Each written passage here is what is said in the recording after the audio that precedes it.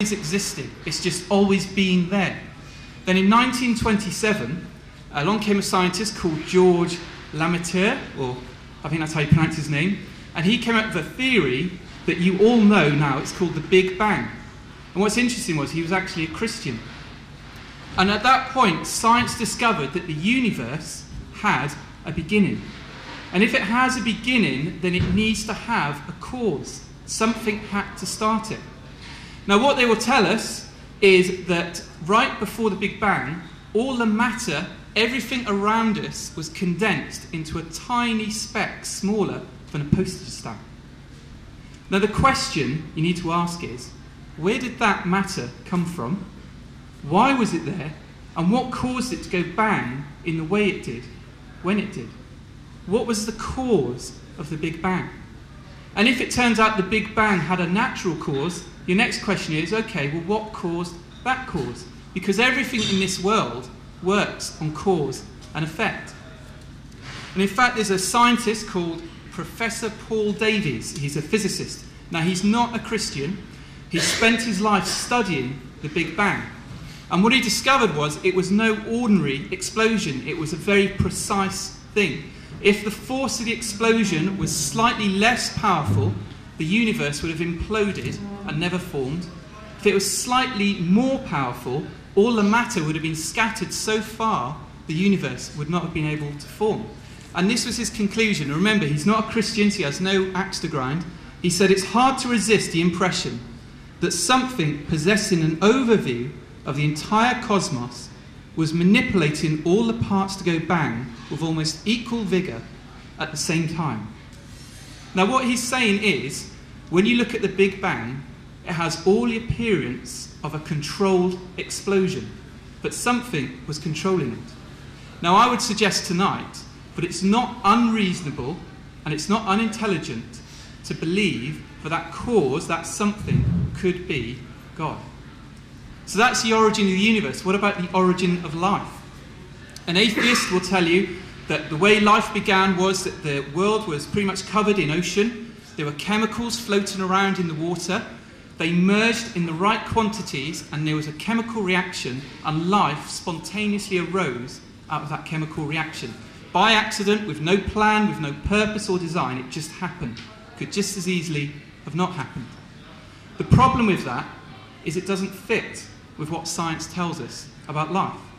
If you took all the chemicals and all the acids that are involved in a fertilised human egg, you put them in a test tube and mix them together, it would not create life, because there's something very vital missing.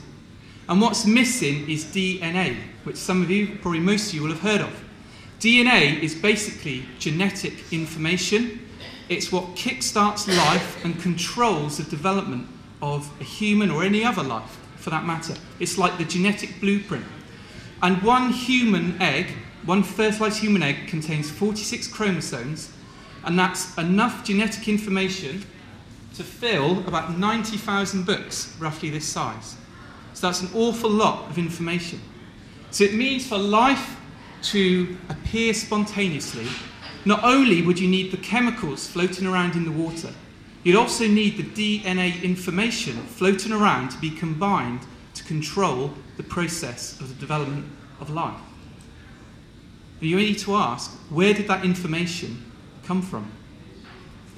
Scientists who believe in it will calculate the odds, and it's a number so big that if we sat down to write it down, none of us would be able to write down all the zeros on the end of the number. It's a huge thing, but they will argue, given enough time and chance, anything is possible. That's their argument they put forward. But to give you an idea of the kind of probability we're talking about, imagine if this book was just a load of blank pages, just blank pages, and then some chemicals got onto the pages in the right quantities that they accidentally mixed, and they formed ink. And then those ink, by chance, organised itself into letters, which organised themselves into words, which constructed sentences that made sense, and all those sentences linked, so if you read the book at the beginning and read it through to the end, it would tell one story. That's the kind of probability you're looking at, that life happened as a chance of an accidental chemical reaction. Now, if I was to tell you Given enough time and chance, this book will write itself just by a chemical reaction with no intelligent input. I wonder how many of you would believe me and how many would take that with a pinch of salt. Now, there's a very interesting man. He's a Nobel Prize-winning scientist called George Wald. And this is what he wrote about the origins of life. He says, when it comes to the origin of life on Earth, there are only two possibilities: creation or spontaneous generation, which means life happening by accident. Spontaneous generation was disproved 100 years ago. But that leads to only one conclusion: supernatural creation. We cannot accept that. Therefore, we choose to believe the impossible, that life arose spontaneously by chance. And that's a very eminent scientist. Richard Dawkins says similar things. But interestingly, he says we choose to believe the impossible. See, that's not good science. It's not particularly good sense either. What it is an example of is blind faith.